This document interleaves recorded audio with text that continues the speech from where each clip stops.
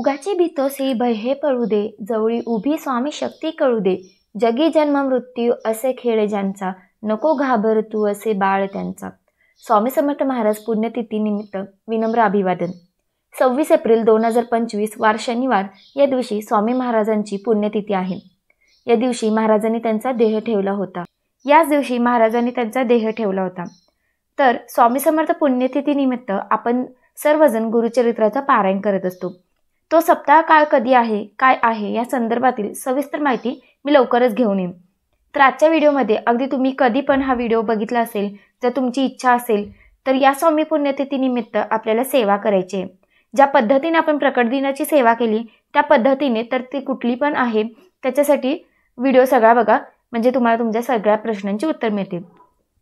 तर बघा, पहिला तर 26 एप्रिल स्वामी पुण्यतिथी आहे. खरं तर हा दिवस नको असतो, कारण अर्थात या दिवशी महाराजांनी त्यांचा ध्येय ठेवला आहे. पण तरीसुद्धा महाराज आजही निर्गुण रूपात त्यांनी आपल्यासोबत आहेत. ज्या पद्धतीने आपण प्रकट दिन साजरा करत असतो त्याच पद्धतीने स्वामींची पुण्यतिथीसुद्धा आपण पारायण करून सेवा करून साजरी करत असतो. आता सेवा काय करायचे, अर्थात तुम्ही 11 दिवस, 21 दिवस, 15 दिवस, 14 दिवस, 1 दिवस असे कुठलेही दिवस न मोजता तुम्हाला महाराजांची सेवा करायची. जी तुम्हाला आवडते ती तशी, म्हणजे तुम्ही जर संकल्पयुक्त करणार असाल तर काही नियम आहेत. आता नियम म्हणजे काय, अर्थात तुम्ही महाराजांची सेवा करत असाल संकल्पयुक्त तर मांसाहार वर्ज्य करायचं आणि पराण्य वर्ज्य करायचं आहे. या 2 गोष्टींचं तुम्हाला पालन करायचं असतं. पण ज्यांना फक्त सेवा करायचे त्यांनाही नियम नाहीत.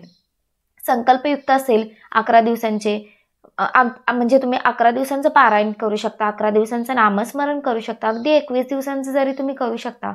अर्थात मासिक धर्माला तर 4 दिवस ती सेवा थांबवायची असते, नंतर ती सेवा तुम्हाला कंटिन्यू करायची असते.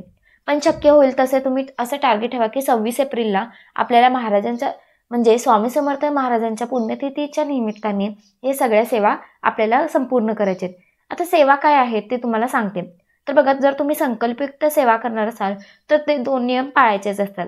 ज्यांनी संकल्पयुक्त नाही केले त्यांनी मांसाहार वर्ज्य करायचा प्रयत्न करा, म्हणजे मांसाहार करायचंच नसतो.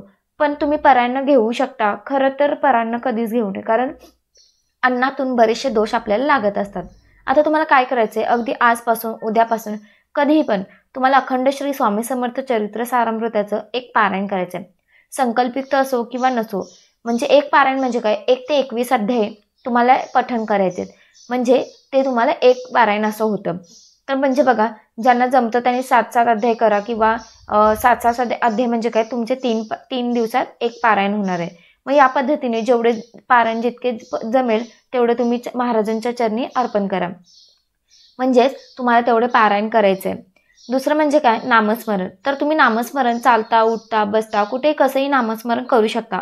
पण कसं आहे ना, आपण नामस्मरण करताना आपल्या डोक्यात मनात खूप विचार येतात.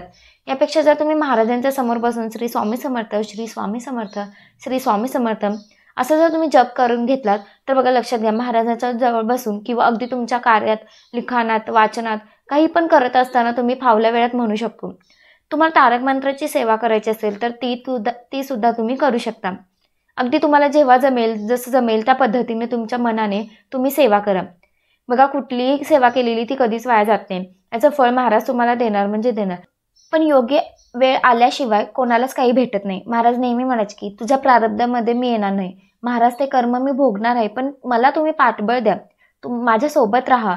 ही जेव्हा आपल्या मनात एक सकारात्मकता येते की महाराज मी करणार आहे, तुम्ही माझ्यासोबत राहा, मग महाराज तुमच्याकडून ते सगळं काम करून घेतातच. तुमच्या मनात जी सेवा आहे करायची ती सुद्धा महाराज आपल्याकडून करून घेतात.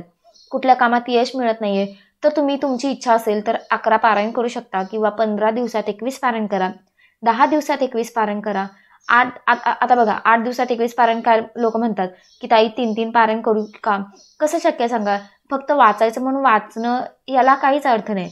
प्रत्येक गोष्टीचा एक काळ असतो. दिवसाला 2 पारायण ठीक आहे, पण 3-3, 4-4 पारायण म्हणजे फक्त ओळीवरून बोट ठेवायचा असं होत नाही ना. प्रत्येक अध्याय आपल्याला काहीतरी शिकवून जातं. प्रत्येक अध्यायाची फलश्रुती वेगळी आहे. आणि सगळ्यात मोठी सेवा, सगळ्यात वर्चस्व असणारी सेवा असेल तर ती कुठली, नामस्मरण आहे. तुम्ही नामस्मरण करा. बाकी कुठल्या सेवा तुम्हाला जमत नसेल तर तुम्ही अखंड नामस्मरण करा. तर नामस्मरण करू शकता. नक्कीच या नामस्मरणाचा तुम्हाला फायदा अखंड होतो. महाराज नेहमी म्हणायचं, जो माझं नाम जपतो त्याला मी कधीच कशाचे आयुष्यभर कमी करत नाही. आणि मी त्याला आयुष्यभर जपतो. आता स्वामी पुण्यतिथी आली आहे, त्यानिमित्ताने पण महाराजांची सगळ्यांनी चांगली सेवा करून घेतील आणि सगळ्यांचं महाराज चांगलंच करू देत, ही स्वामी महाराजांच्या चरणी प्रार्थना करते आणि आजचा व्हिडिओ इथंच थांबवते.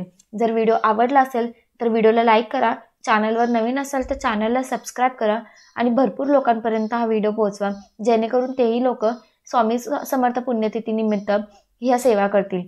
तोपर्यंत श्री स्वामी समर्थ.